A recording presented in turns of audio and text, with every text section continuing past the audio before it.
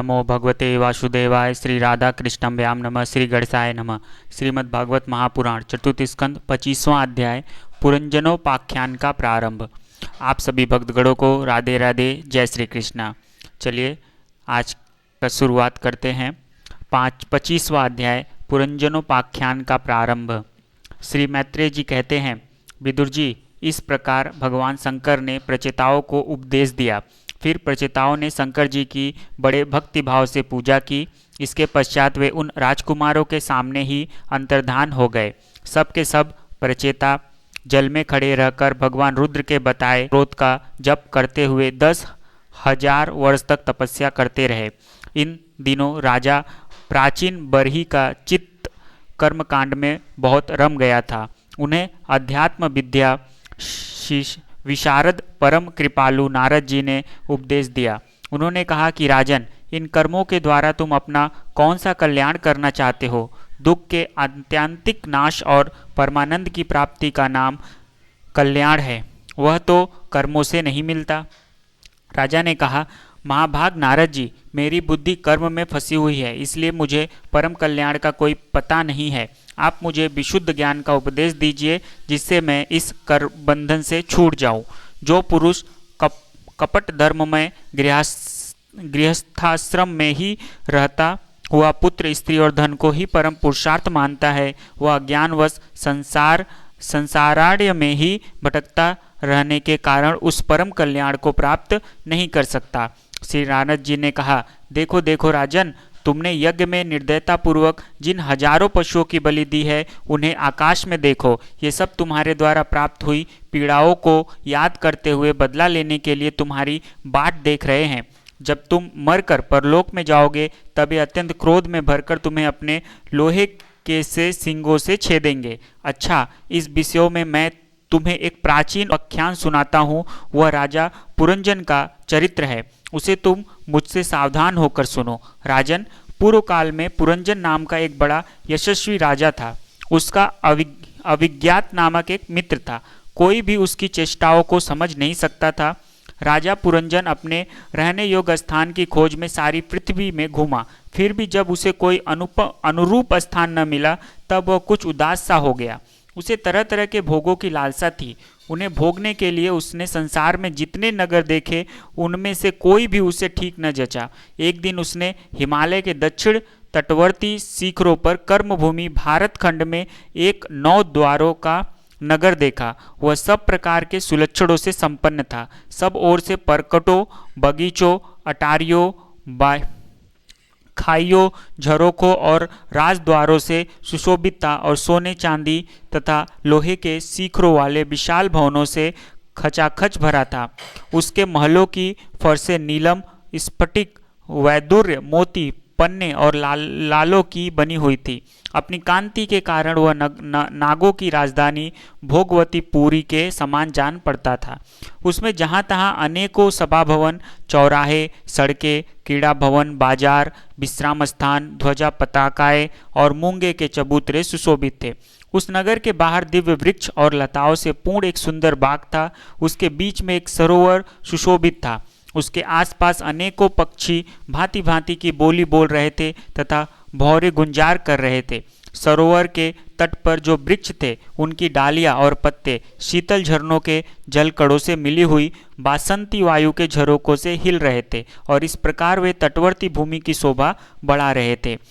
वहाँ के वन्य पशु भी मुनि जनोचित अहिंसा आदि व्रतों का पालन करने वाले थे, इसलिए उनसे किसी को कोई कष्ट नहीं पहुंचता था। वहाँ बार बार जो कोकिल की कुह ध्वनि होती थी, उससे मार्ग में चलने वाले बटोहियों को ऐसा भ्रम होता था मानो वह बगीचा विश्राम करने के लिए उन्हें बुला रहा है। राजा पुरंजन ने उस अद्भुत वन में घूमते घूमते एक सुंदरी को आते देखा, जो अकस्मात उधर चली आई थी। उसके साथ 10 सेवक थे, जिनमें से प्रत्येक 100 नायिकाओं का पति था। एक 5 फन वाला सांप उसका द्वारपाल था, वही उसकी सब ओर से रक्षा करता था। वह सुंदरी बोली भाली किशोरी थी और विवाह के लिए श्रेष्ठ पुरुष की खोज में थी। उसकी नासिका, दंत पंक्तियाँ, कपोल और मुख बहुत सुंदर थे। उसके समान कानों में कुंडल झिलमिला रहे थे।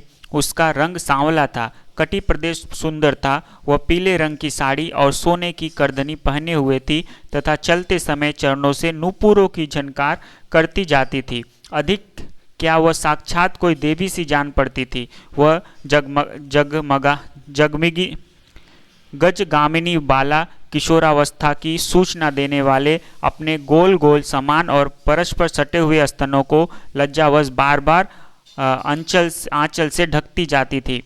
उसकी प्रेम से मटकती भाव और प्रेमपूर्ण तिरछी चितवन के बाण से घायल होकर वीर पुरंजन ने लज्जायुक्त मुस्कान से और भी सुंदर लगने वाली उस देवी से मधुर वाणी में कहा, कमल दल लोचने, मुझे बताओ तुम कौन हो, किसकी कन्या हो? साध्वी, इस समय आ कहाँ से रही हो? भीरू, इस पुरी के समीप तुम क्या करना चाहती हो?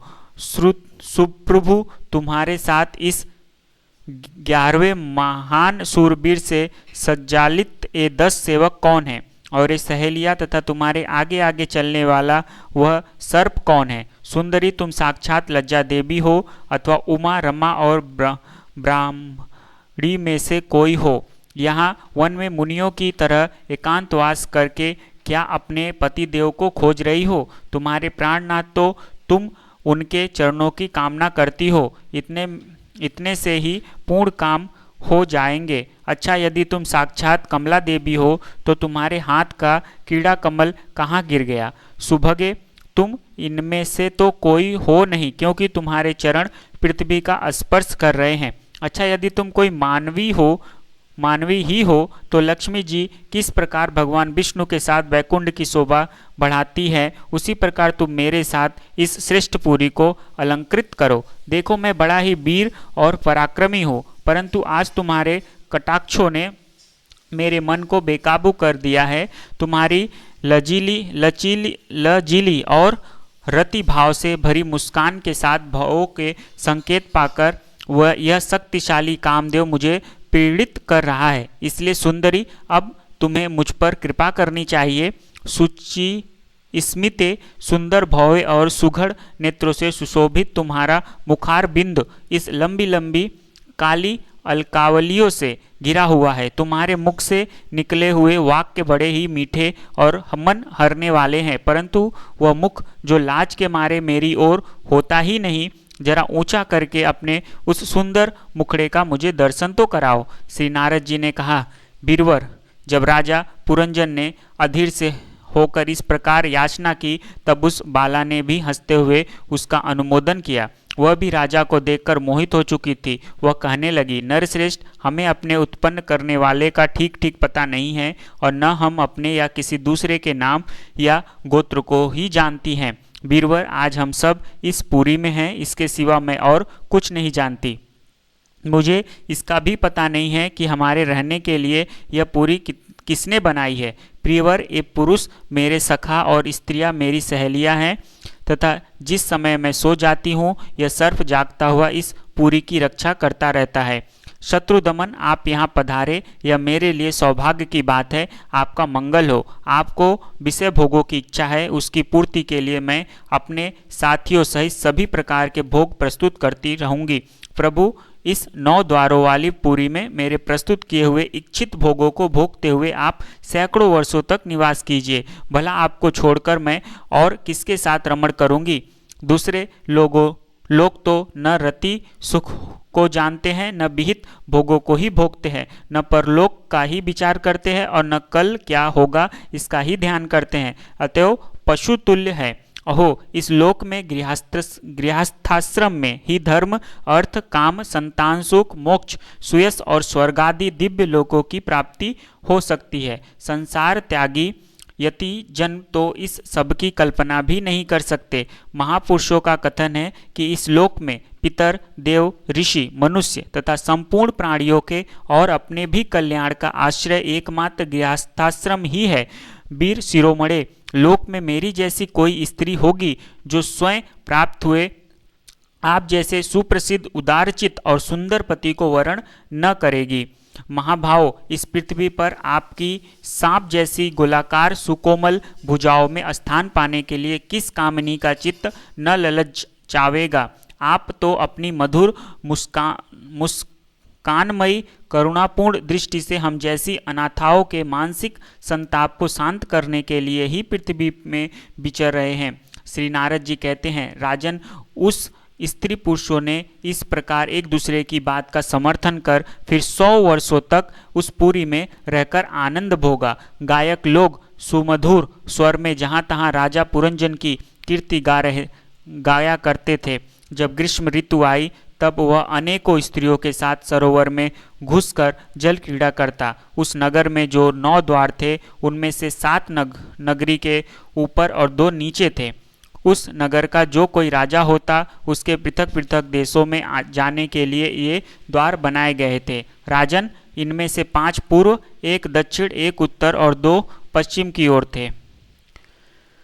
उनके नामों का वर्णन करता हूँ। पूर्व की ओर खगोथा और अभिर्मुखी नाम के 2 द्वार एक ही जगह बनाए गए थे। उनमें होकर राजा पुरंजन अपने मित्र धूमान के साथ विभ्राजित नामक देश को जाया करता था। इसी प्रकार उसी और नलिनी और नालिनी नामक 2 द्वार और भी एक ही जगह बनाए गए थे। उनसे होकर वह अवधूत के साथ सौरभ नामक देश को जाता था। पूर्व दिशा की ओर मुखिया नामक जो 5वां द्वार था, उसमें होकर वह रसज्ञ और विपड़ के साथ क्रमशः बहुदन और आपड़ नाम के देशों को जाता था। पुरी के दक्षिण की ओर जो पितृहु नाम का द्वार था, उसमें होकर राजा पुरंजन श्रुतधर के साथ दक्षिण पांचाल देश को जाता था। उत्तर की ओर जो देवहु नाम का द्वार था, उससे श्रुतधर के ही साथ वह उत्तर पांचाल देश को जाता था। पश्चिम दिशा में असुरी नाम का दरवाजा था, उससे होकर वह दुर्मद के साथ ग्रामक देश को जाता था तथा निर्षिति नाम का जो दूसरा पश्चिम द्वार था, उससे लुब्धक के साथ वह वैश्यस नाम के देश को जाता था। इस नगर के निवासियों में निर्वाक और पेशकृत ये 2 नागरिक अंधे थे। राजा पुरंजन आँख वाले नागरिकों का अधिपति होने पर भी इन्हीं की सहायता से जहाँ तहाँ जाता और सब प्रकार के कार्य करता था। जब कभी अपने प्रधान सेवक विशुचिन के साथ अंतःपुर में जाता, तब उसे स्त्री और पुत्रों के कारण होने वाले मोह, प्रसन्नता एवं हर्ष आदि विकारों का अनुभव होता। उसका चित्त तरह तरह के कर्मों में फंसा हुआ था और काम परवश होने के कारण वह मूढ़ रमणी के द्वारा ठगा गया था। उसकी रानी जो जो काम करती थी वही वह भी करने लगता था। वह जब मदपान करती तब वह भी मदिरा पीता और मद से उन्मत्त हो जाता था। जब वह भोजन करती तब आप भी भोजन करने लगता और जब कुछ चबाती तब आप भी वही वस्तु चबाने लगता था। इसी प्रकार कभी उसके गाने पर गाने लगता, रोने पर रोने लगता, हंसने पर हंसने लगता और बोलने पर बोलने लगता। वह दौड़ती तो आप भी दौड़ने लगता, खड़ी होती तो आप भी खड़ा हो जाता, सोती तो आप भी उसी के साथ सो जाता और बैठती तो आप भी बैठ जाता। कभी वह सुनने लगती तो आप भी सुनने लगता, देखती तो देखने लगता, घुसती तो घुसने लगता और किसी चीज को छूती तो आप भी छूने लगता। कभी उसकी प्रिया शोकाकुल होती तो आप भी अत्यंत दीन के समान व्याकुल हो जाता।